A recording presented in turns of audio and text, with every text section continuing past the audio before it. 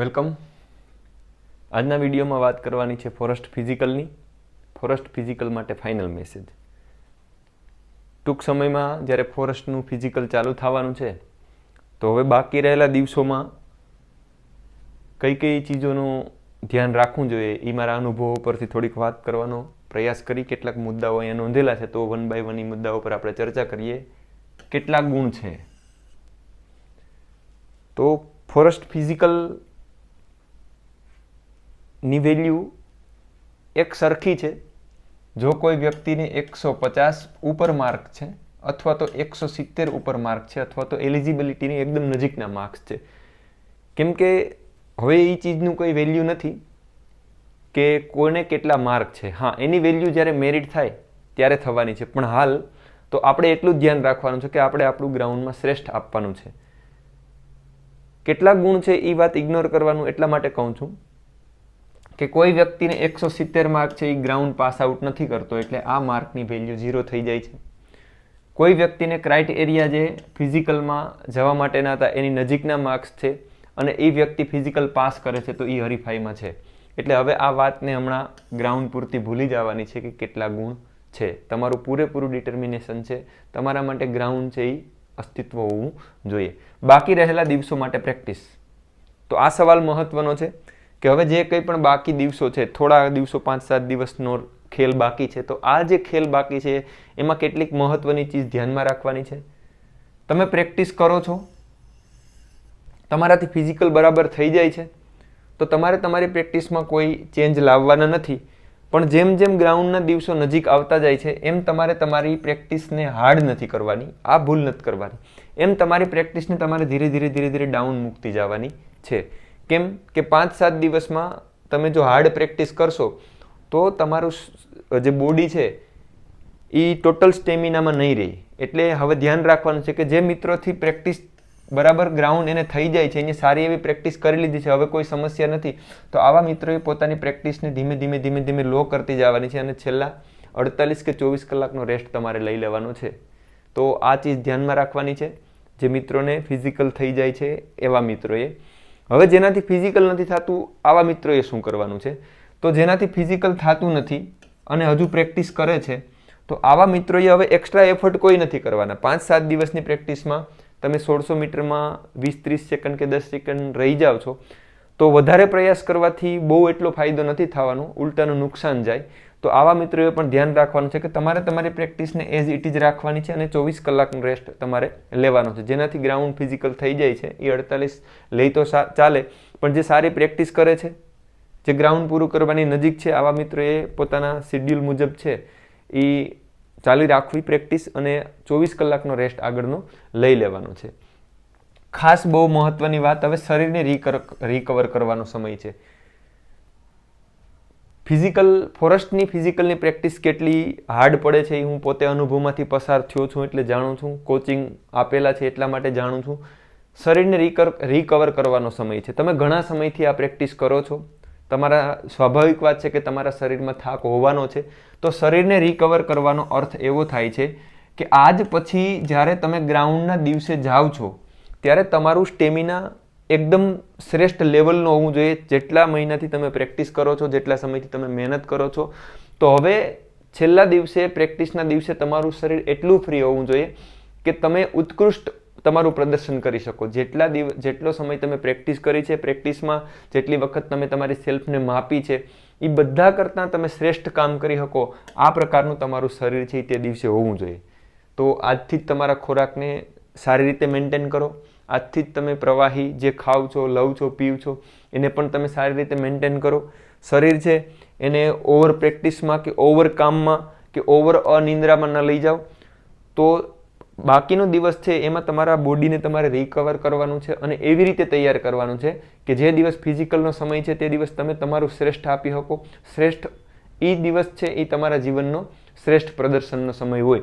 તો બોડીને રિકવર કરવાનું છે. હવે બોડીને બહુ થકવવાનો સમય છે નહીં.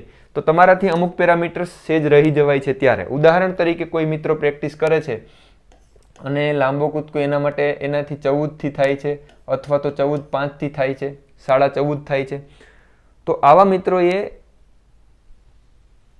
ખાસ ચીજ ધ્યાનમાં રાખવાની છે કે જ્યારે તમે ગ્રાઉન્ડમાં જશો, મારું પોતાના અનુભવની વાત કરું તો પ્રેક્ટિસમાં હંમેશાને માટે મેં 14 ફૂટ કે 14.5નો જ જમ્પ માર્યો છે. પ્રેક્ટિસમાં હું પૂરેપૂરો જમ્પ નથી મારી શક્યો, પણ 2 વખત જે મેં ફોરેસ્ટનું ગ્રાઉન્ડ પાસ કરેલ છે એમાં ગ્રાઉન્ડના દિવસે પહેલા કે બીજા કે ત્રીજા અટેમ્પ્ટમાં મારાથી 15 ફૂટનો જમ્પ લાગી જાય છે. તો એકદમ ધ્યાન રાખજો અને કોન્ફિડન્સ બિલ્ડ કરજો કે તમે પેરામીટર્સની નજીક છો. 4 ફૂટનો જમ્પ તમારાથી લાગે છે, 4.2નો લાગે છે, 4.3 તમે પૂગતા નથી, અથવા તો 4ની નજીક છો, 4થી ઉપર જવામાં પ્રોબ્લેમ આવે છે, તો એક પ્રકારનો કોન્ફિડન્સ બિલ્ડ કરો કે જે કોન્ફિડન્સ તમને ઘટે છે ને એ ગ્રાઉન્ડના દિવસે પૂરું કરી દે. અને મને મારો અનુભવ છે કે ગ્રાઉન્ડના દિવસની ઉર્જા અને ગ્રાઉન્ડના દિવસનો કોન્ફિડન્સ બહુ ઉપર લેવલનો હોય છે. તો ચિંતાને છોડી દેવાની છે અને ગ્રાઉન્ડના દિવસે તમારે પૂરેપૂરો પ્રયાસ કરવાનો છે. એટલે નાની નાની ચીજો જે તમારામાં લેક હતો પ્રેક્ટિસ દરમિયાન એ પણ ત્યાં પૂરો થઈ જશે. ઉદાહરણ તરીકે 1600 મીટર રનિંગમાં પણ તમારી આવી સ્થિતિ છે કે 6માં પૂરું થાય કે 6, 5, 10માં, તો આ ચીજ છે એ ત્યાં રિકવર થઈ શકે એમ છે. તો તમારે ધ્યાન રાખવાનું છે. જો તમે અત્યારે પ્રેક્ટિસમાં સેજ રહી જતા હોય તો હવે તમારે કોન્ફિડન્સ બિલ્ડ કરવાનો છે. પ્રેક્ટિસથી એટલું બધી હવે આપણે નહીં કરી શકીએ, ઇન્ટરનલ કોન્ફિડન્સથી આ બધું થઈ જશે. જો તમારાથી ગ્રાઉન્ડ થતું નથી ત્યારે આની પણ ચર્ચા કરવી પડે. ઉદાહરણ તરીકે મારે માર્ક સારા આવ્યા છે પણ ગ્રાઉન્ડની પ્રેક્ટિસ નથી થઈ, અથવા તો ખૂબ પ્રયાસ કર્યા, ઇવન મારાથી ગ્રાઉન્ડ થતું જ નથી, તો કયા પ્રકારની મેન્ટાલિટી લઈને આપણે ગ્રાઉન્ડમાં જવી જોઈએ?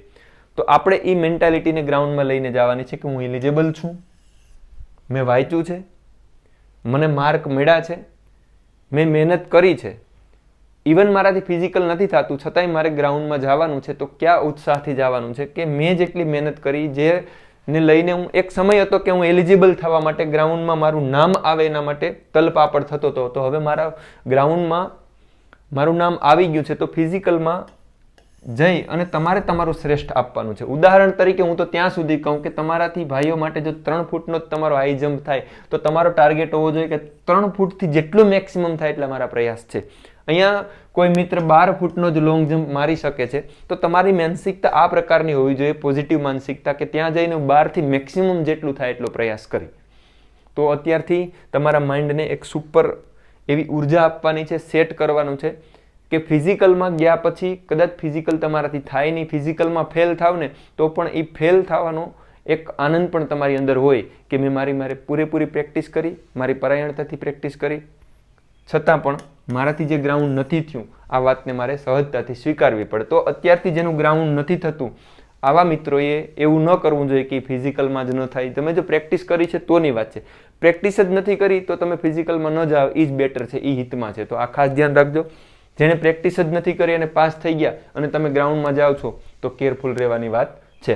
તો પ્રેક્ટિસ તમે કરી છે, તમારાથી ગ્રાઉન્ડ અહીંયા થતું નથી, ઇવન એક સુપર ઉત્સાહ લઈને એક પોઝિટિવ અંદર પોઝિટિવ વાઇબ્સ લઈ અને ફિઝિકલ છે એને તમારે પાસ કરવાનું છે, એટલે કે પસાર કરવાનું છે. ફિઝિકલની આગલી રાતે તમારું જે ગ્રાઉન્ડ છે ત્યાં તમારે આગલા દિવસે પૂગી જવું જોઈએ. એવું કોઈ મિત્રો ન કરતા કે ફિઝિકલ બીજા દિવસે સવારે છે અને રાત્રે તમે ટ્રાવેલિંગ કરીને ફિઝિકલમાં મોર્નિંગમાં સીધા જ વહેલા પહોંચો છો. હવે તો બધાને આદત પડી ગઈ છે એટલે આવી નાની નાની ચીજોની ખબર હોય છે, છતાંય કોઈને ધ્યાને ન હોય તો કહી દઉં કે ફિઝિકલ જે દિવસે છે એના આગલા દિવસે તમારે ત્યાં જવાનું છે, ગ્રાઉન્ડને જોઈ લેવાનું છે બહારથી, અથવા અંદર પ્રવેશવા દેતા હોય તો પ્રવેશવાથી આગળ તમને આગલા દિવસે જઈ અને ગ્રાઉન્ડને જોઈ લો અને ગ્રાઉન્ડની આજુબાજુમાં ક્યાંય તમારો ઉતારો રાખો, રહેવાનું રાખો, અને દૂર રહો છો તો આવવા જવાની સગવડનું તમારે જોઈ લેવાનું છે. પણ આગલી રાત છે, ફિઝિકલની આગલી રાત તમારા માટે બહુ મહત્વની છે. લેટ સુધી જાગવાનું નથી, મોબાઈલમાં ફાંફા મારવાના નથી, ટાઈમે સૂઈ જવાનું છે, અને આગલી રાતનું ભોજન બહુ ઇમ્પોર્ટન્ટ છે. સરસ સવારે તમને આની ઉર્જા રહે એ પ્રકારનું ખાવાનું છે, એકદમ સમ્યક માપમાં ખાવાનું છે. બહાર ગયા અને ભરીને ચાઇનીઝ, સમોસા, પકોડા કંઈક ભરી લીધું તો આ બેડ ઇમ્પેક્ટ કરશે બીજા દિવસના ગ્રાઉન્ડમાં. તો આગલી રાતનું આરામદાયક તમારું રહેવાનું રહે, ગ્રાઉન્ડની નજીક હો, આવવા જવામાં તમને પ્રોબ્લેમ ન પડે, અને ખાવા પીવામાં એકદમ તમારે ધ્યાન રાખવાનું છે કેમ કે બીજા દિવસે તમારે દોડવાનું છે. હવે ફિઝિકલના દિવસે કે તમે જ્યારે ગ્રાઉન્ડમાં જાઓ છો ત્યારે તમારે કઈ ચીજનું ધ્યાન રાખવાનું છે. ઉદાહરણ તરીકે તમે ગ્રાઉન્ડમાં જાશો તો ગ્રાઉન્ડમાં જાવ એટલે મોટા ભાગે રનિંગ જ પહેલાં હોય છે, તો તમારું 1600 મીટર પહેલાં થવાનું છે. ઉદાહરણ તરીકે સંખ્યા વધારે છે અને ગ્રાઉન્ડમાં તમારે લાઇનમાં બેસવાનું થાય છે, ફિઝિકલમાં તમારે લાઇન બાય લાઇન નીચે બેસવાનું થાય તો યાદ રાખજો કે તમારા શરીરને એક યા બીજી રીતે મૂવમેન્ટ આપતા રહેજો. એવું ન કરતા કે તમને કોઈ બેસવાનું કહી દે છે તમે એકદમ પલાઠી વાળી અને 1 કલાક સુધી બેઠા રહો. આનાથી શરીર જકડાઈ જવાની શક્યતાઓ રહેતી હોય છે. તો બેઠા બેઠા જ્યાં બેઠા છો ત્યાં તમે શરીરને મૂવમેન્ટ આપો. ત્યાં કોઈ સમજે છે વાતને અને તમને મૂવમેન્ટ કરવા દે, પાણી પીવા, લેટ્રિન વગેરે વગેરે, તો આવી રીતે તમે ફરતા રહો. તમારો જ્યાં સુધી રનિંગ કરવાનો વારો આવે ત્યાં સુધી તમારે તમારા શરીરને એક હીટમાં રાખવાનું છે, થોડુંક ગરમ રાખવાનું છે. આ વાતને ધ્યાનમાં રાખવાની છે. રનિંગ થઈ ગયા પછી બહુ વચ્ચે વચ્ચે તમને ગેપ નહીં મળે, પછી તો તમને સતત તમારી ઇવેન્ટો ચાલુ રહે, એટલે પછી થોડીક ફ્લેક્સિબિલિટી પણ મળે છે. તો આ ચીજને તમારે ધ્યાનમાં રાખવાનું છે. બીજું કે ફિઝિકલમાં તમે જાઓ છો ત્યારે રનિંગમાં કોઈ વ્યક્તિ 5:30માં કરી દે છે, તો આ વ્યક્તિએ ખાસ ધ્યાનમાં રાખવાનું છે કે તમે 5:30માં કરો છો તો ત્યાં થોડુંક તમે તમારી સ્ટેમિનાને બચાવવાનો પ્રયાસ કરજો. 10 સેકન્ડ વધારે આવે તો રનિંગમાં ઓછું ટાઈમિંગના કંઈ માર્ક્સ નથી, તો તમારે એક પેરામીટર્સમાંથી આગળના પેરામીટર્સ માટે એનર્જી સેવ કરવાની છે. જો તમે આવી પ્રેક્ટિસ કરી હોય તો આ ચીજનું પણ ધ્યાન રાખજો, કેમ કે આગળના પેરામીટર્સ લોંગ જમ્પ કરવાનો છે, હાઈ જમ્પ કરવાનું છે, તો ઓછામાં ઓછી શરીરમાં ઉર્જા ખર્ચાય આવો તમારે ગ્રાઉન્ડના દિવસે પ્રયાસ કરવાનો છે. અને ગ્રાઉન્ડ તમારું પૂરું થઈ જાય પછી પાસ થયા હોય કે ફેલ થયા હોય, આખા તમારી ફોરેસ્ટની સફરને ત્યાં પૂરી માનજો. રિઝલ્ટ આવે ત્યારે જોયું જાય, કેમ કે ખાખીની રાહ હજી બાકી છે. જો તમે એલિજિબલ છો પોલીસ ભરતી માટે તો એની તૈયારીમાં લાગી જાઓ. આ બધું થવાનું જ છે, એના પરિણામ આવવાના જ છે. જે થયું એને ભૂલી અને તમે આ નવા રસ્તે લાગી જાજો. જેણે સારી મહેનત કરી છે, જે ફિઝિકલ પાસ થઈ જાય છે, તો સ્થિતિ એવી લાવો કે 2 ઓર્ડર તમારા હાથમાં હોય અને તમે પસંદગી ઉતારતા હોય કે કેમાં જવું. તો આ કેટલીક વાતો હતી ફિઝિકલ, ફોરેસ્ટ ફિઝિકલને લઈને. બીજા કોઈ તમારા સવાલો હોય તો કોમેન્ટ કરજો, એના પર વિડીયો બનાવવાનો પ્રયાસ કરી. તો અમારી સાઈડથી wish you all the best for physical. Do your best with confidence. Confidence સાથે કરો, તમારી પ્રેક્ટિસને માન આપો. લાઇટ ઝટકા મારે છે પણ વિડીયો પૂરો જ થઈ ગયો છે તો આવી ગઈ. તો બસ એક કોન્ફિડન્સ લઈને જાઓ ગ્રાઉન્ડમાં અને તમે તમારું બેસ્ટ આપી દો. બીજું કામ છે એ નિયતિ કરવાની છે. Wish you all the best. Thank you so much.